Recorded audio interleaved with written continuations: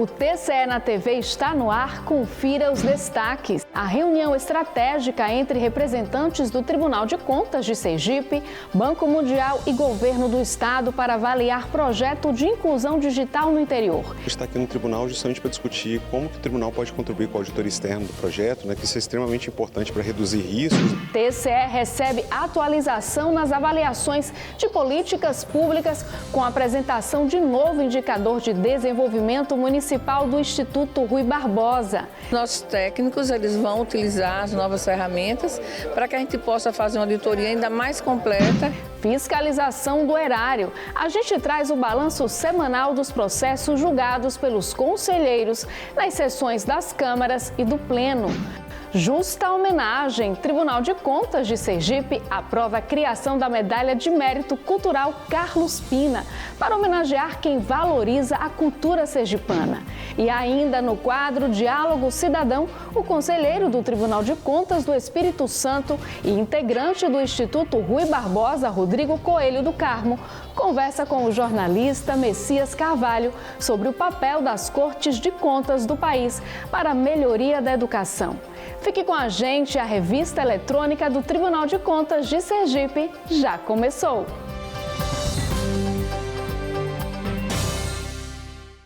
A gente começa a edição com informações sobre o projeto de inclusão digital que deve ser implantado nos municípios do interior do estado.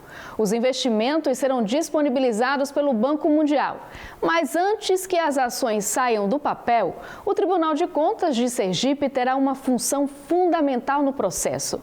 As análises iniciais já foram discutidas por representantes do TCE, Governo do Estado e do Banco Mundial. Confira os detalhes na reportagem. Além de representantes do Tribunal de Contas, também estiveram na reunião representantes do Banco Mundial, do Governo do Estado e do Ministério do Planejamento. A pauta do encontro foi a possibilidade de o Tribunal de Contas auditar um projeto do governo que tem como foco a inclusão digital, principalmente no interior do estado, e será financiado pelo Banco Mundial. A reunião marcou o início das tratativas entre as partes envolvidas no projeto e o TCE. Isso tudo eles estão colocando no projeto, mas eles estão finalizando o projeto e tem um próximo passo de apresentação desse projeto um pouco mais detalhado para a gente, para que a gente já comece a tomar pé, e aí firmando essa auditoria externa, o tribunal fica mais a par e acompanha melhor. Além disso, o Banco Mundial aqui se colocou à disposição, parece que tem algumas linhas de treinamento para capacitar os nossos auditores dentro dessas auditorias com esse financiamento do Banco Mundial. Então, é bem possível que nós tenhamos também treinamento dos nossos auditores pelo próprio Banco Mundial, de nos ajudar a fazer essa auditoria para essa comissão em específico. Ao falar sobre o projeto e a possível auditoria a ser realizada pelo TCE, o representante do Banco Mundial disse que o objetivo é reduzir os riscos. Está aqui no tribunal justamente para discutir como que o tribunal pode contribuir com a auditoria externa do projeto, que isso é extremamente importante para reduzir riscos, e fazer com que a gente execute o projeto sob o ponto de vista financeiro da melhor maneira possível e também as políticas públicas que estão envolvidas no projeto, que estão sendo apoiadas pelo projeto. Ao comentar o projeto, a secretária de Transparência e Controle do Estado, Silvana Lisboa, disse que, por meio da inclusão digital, o governo pretende estimular e aumentar a transparência do uso dos recursos públicos e que uma auditoria realizada pelo tribunal proporcionaria mais segurança ao trabalho. É um projeto que vai ser um divisor de águas para o estado de Sergipe, que é o Conecta. Então vai trazer uma possibilidade de aproximar o cidadão da gestão. Então ele aí vai conectar tudo, escola, vai conectar assim, a pessoa lá, o cidadão na ponta, ele vai ter maior flexibilidade. E aí vai melhorar a transparência e o controle social. E o fato do Tribunal de Contas estar auditando e acompanhando esse projeto vai ser maravilhoso e vai dar uma tranquilidade muito grande para o Poder Executivo que o Tribunal de Contas está junto a esse projeto, acompanhando, fiscalizando, monitorando e para a gente é muito tranquilo isso. E agora a gente muda de assunto para trazer detalhes sobre o novo indicador de desenvolvimento municipal apresentado pelo Instituto Rui Barbosa aos tribunais de contas. Veja.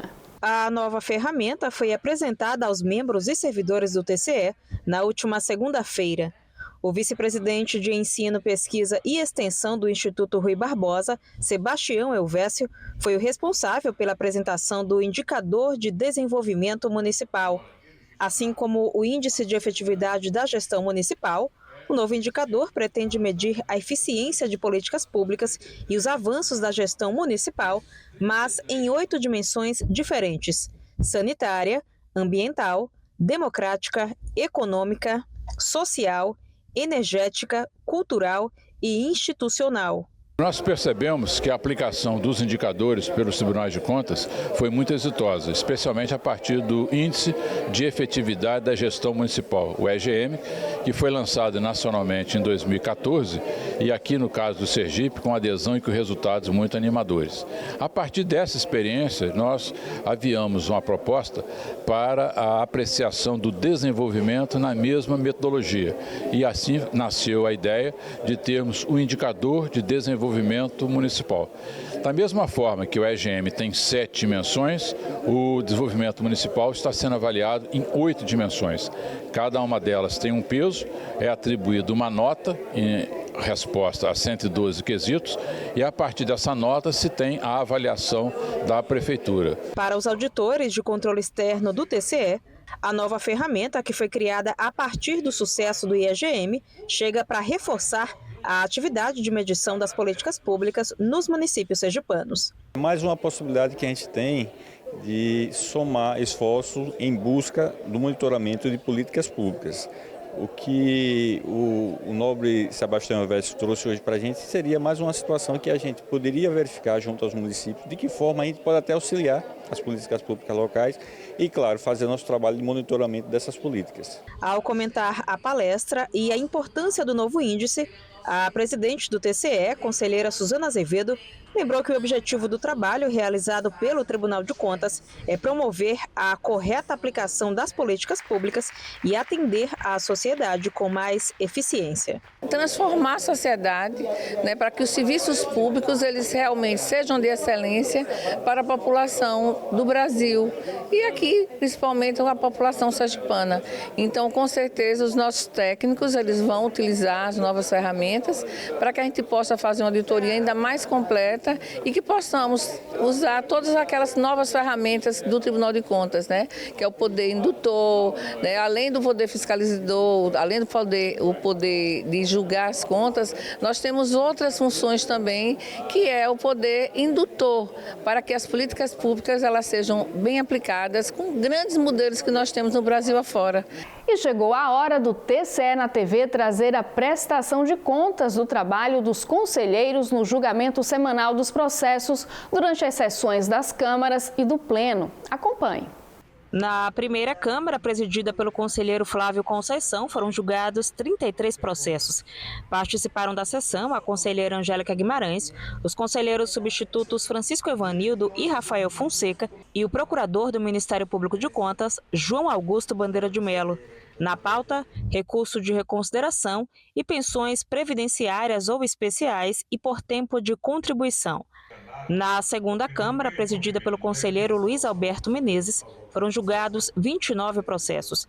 Participaram dos julgamentos o conselheiro Luiz Augusto Ribeiro, o conselheiro substituto Alexandre Lessa e o procurador do Ministério Público de Contas, João Augusto Bandeira de Melo. Na pauta, revisões de proventos e pensões e aposentadorias. Na sessão plenária, sob o comando da presidente do TCE, conselheira Suzana Azevedo, o colegiado julgou 21 processos e 3 protocolos. Na pauta, recursos de reconsideração, denúncias, prestações de contas, pedido de reexame e representação. Confira os detalhes dos julgamentos no site do TCE ou assista às sessões na íntegra no canal da Corte no YouTube. A seguir, o TCE de Sergipe aprova a criação da medalha de mérito Conselheiro Carlos Pina, para homenagear quem valoriza a cultura sergipana. E ainda, o papel dos tribunais para o desenvolvimento da educação é o tema da semana do quadro Diálogo Cidadão. Fique com a gente, o TCE na TV volta já.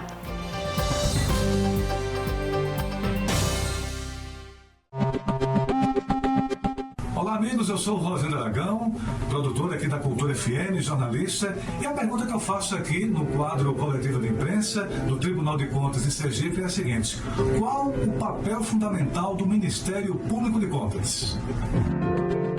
Olá, Rosendo, muito grato pela pergunta.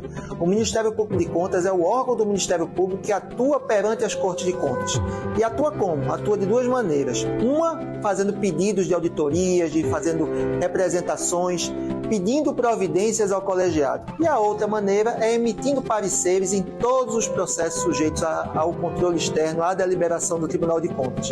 E isso é muito importante porque, como órgão ministerial, nós representamos não só a sociedade, representamos a cidadania, o cidadão, mas também somos defensores da lei e do erário, ou seja, defendemos a boa aplicação dos recursos públicos perante as Cortes de Contas.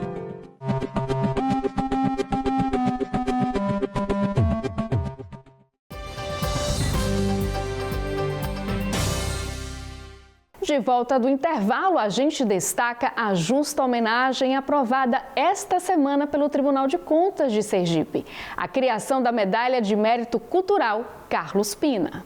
A criação da Medalha de Mérito Cultural Carlos Pina foi aprovada por unanimidade durante a sessão plenária da última quinta-feira. Proposta pela presidente do TCE, conselheira Suzana Azevedo, a medalha vai homenagear pessoas, instituições e projetos que promovem a valorização da cultura sergipana, assim como fazia o conselheiro Carlos Pina, que era definido por muitos como um amante da cultura. Na ocasião da aprovação, o colegiado destacou as contribuições do conselheiro Carlos Pina, que faleceu em abril de 2023 e deixou sua marca ao atuar no fortalecimento do controle externo brasileiro e na cultura.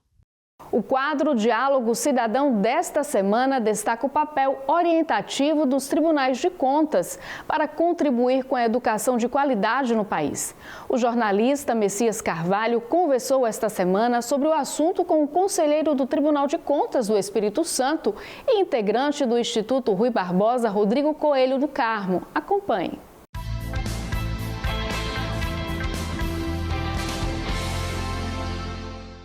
No nosso Diálogo Cidadão de hoje, a presença do Dr. Rodrigo Coelho do Carmo. Ele é do Tribunal de Contas do Espírito Santo, mas é também integrante do Instituto Rui Barbosa, onde preside um dos segmentos mais importantes hoje, que a gente fala em atuação de tribunais de contas, eu diria da própria sociedade,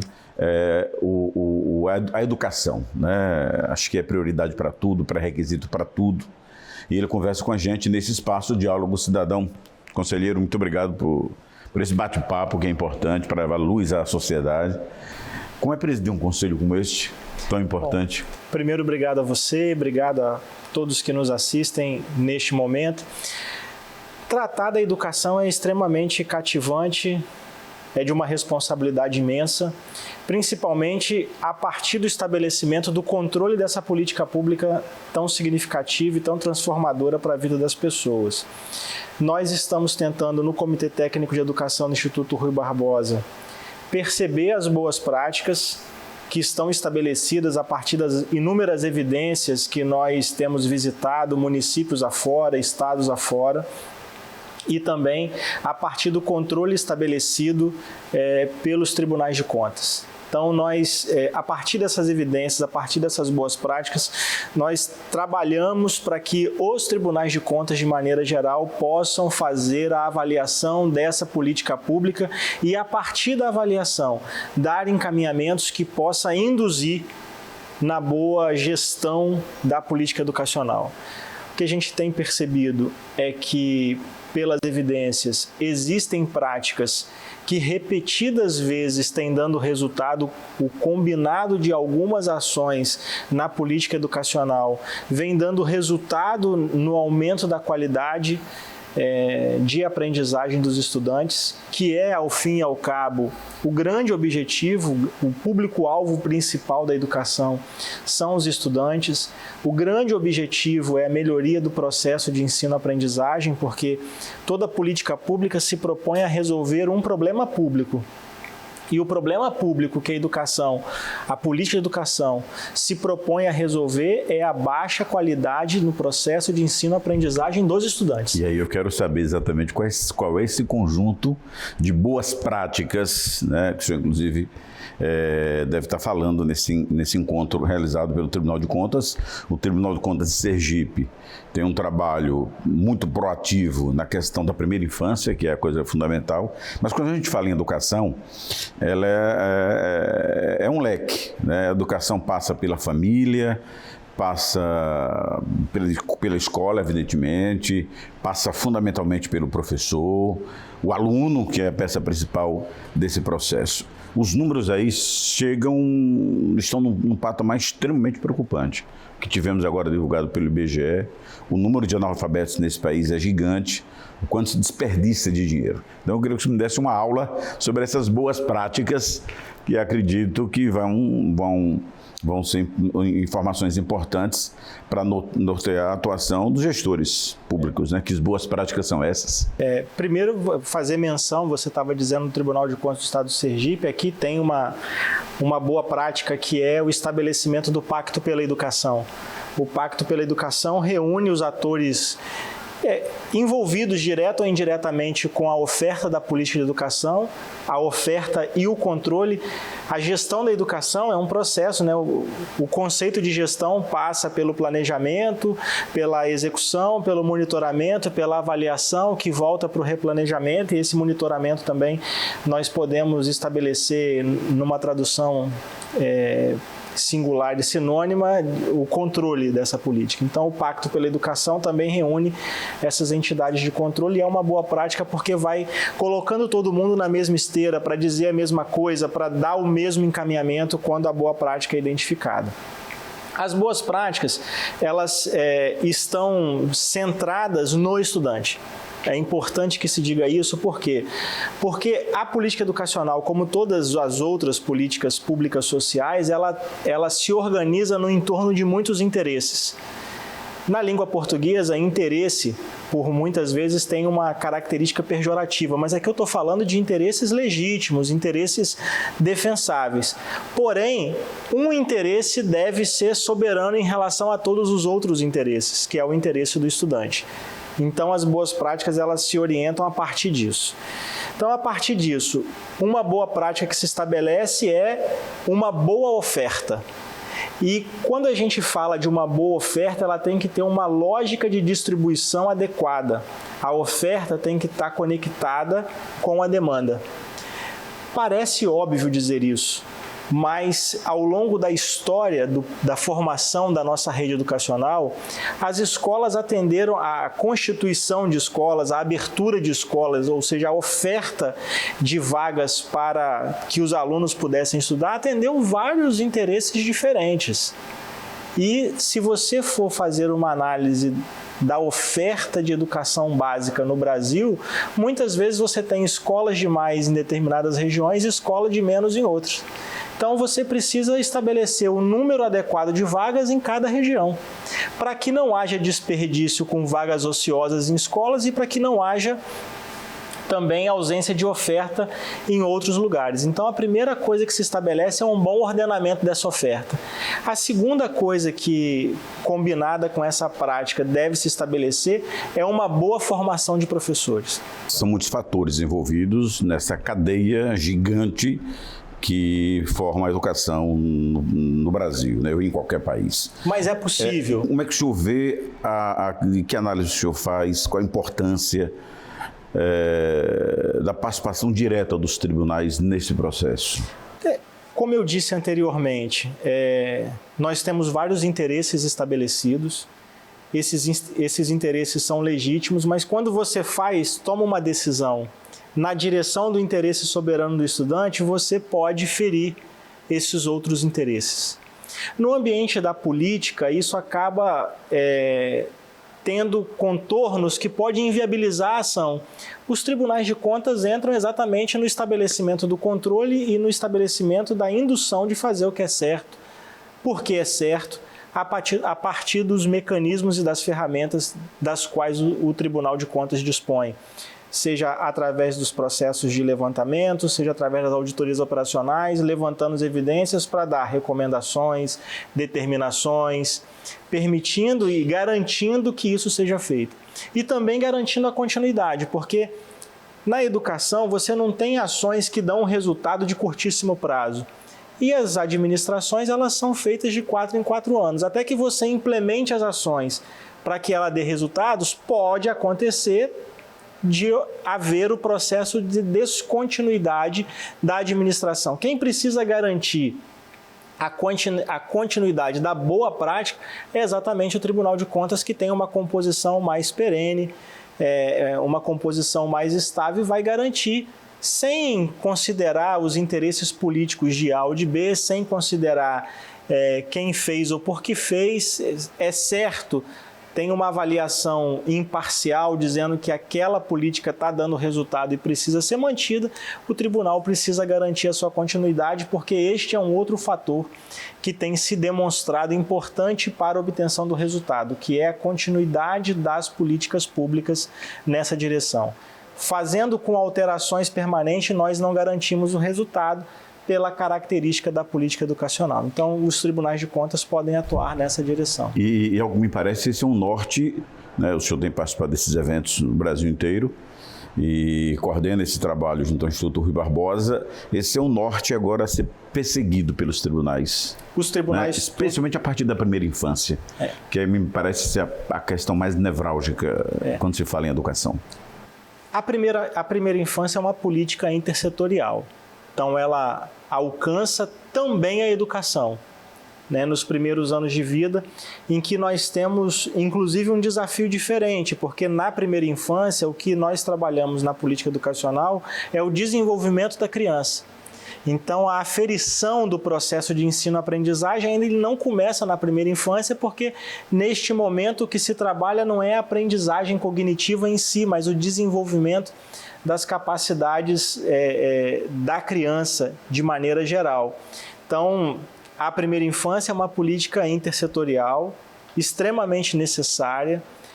O ambiente de creche maternal, eles precisam estar apropriados a trabalhar o desenvolvimento dessas crianças, mas disso tudo que nós estamos falando é a consequência seguinte, que é o processo de ensino-aprendizagem.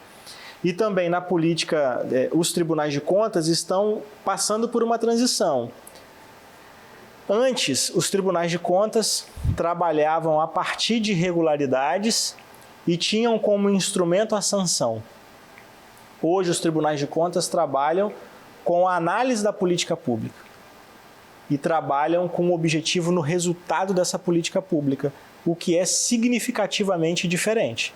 Aclarar o papel, a importância que os tribunais têm e que se torna uma ferramenta fantástica em favor dessa própria sociedade. E dar garantia de que está sendo feita com toda a integridade, transparência e com as imparcialidades necessárias, com foco nas evidências para os resultados. Que também não faça com que o tribunal perca o seu sentido original, que é o de estabelecimento de sanções quando a improbidade, a ação dolosa aparece, né? Quando a fraude. Então, por isso é importante o estabelecimento do canal de denúncia por meio das ouvidorias, porque é o controle social que tem o olhar mais próximo do que acontece no dia a dia. E a denúncia que vem desses atores é importante para que haja tratamento por meio das nossas instituições. Então, esses mecanismos, tanto da corregedoria quanto da ouvidoria, a corregedoria que vai estabelecer ações correcionais quando os nossos membros e servidores não praticarem com correção aquilo que está estabelecido praticar. A ouvidoria que vai dar um canal de informações e um canal de diálogo da sociedade com o tribunal. E o Código de Boas Práticas que estabelecerá que forma de atuar nós organizaremos para a tomada de decisão dos tribunais, para a construção daquilo que nós investigaremos e as relações que serão estabelecidas com os nossos jurisdicionados. Então, entendo que esse encontro aqui no Sergipe, dada a característica desse tribunal, tão especialmente dirigido pela conselheira Suzana, que é uma pessoa dedicada e amorosa pelo controle, né? Tem verdadeira paixão pelo controle, tem entregue isso na sua gestão, pelo que nós acompanhamos à distância. É extremamente importante esse debate, essa construção que nós estamos fazendo nesse encontro nacional de corregedorias, controle interno, controle social e ouvidorias dos tribunais de contas. Ok, doutor Rodrigo Coelho, muito obrigado, né, por esse espaço aqui no nosso Diálogo Cidadão, dando uma contribuição gigantesca, né, para aclarar o papel dos tribunais, né, os nortes que serão buscados nessa nova fase, eu diria até mais odierna de atuação dos tribunais. Muito obrigado a você que nos assistiu com paciência, muito obrigado pela sua atenção carinhosa. Até a próxima, se Deus quiser. A entrevista na íntegra você pode ouvir no Spotify e também em nossas redes sociais. O TCE na TV de hoje termina aqui. Obrigada por sua companhia, uma ótima semana para você e até o nosso próximo encontro.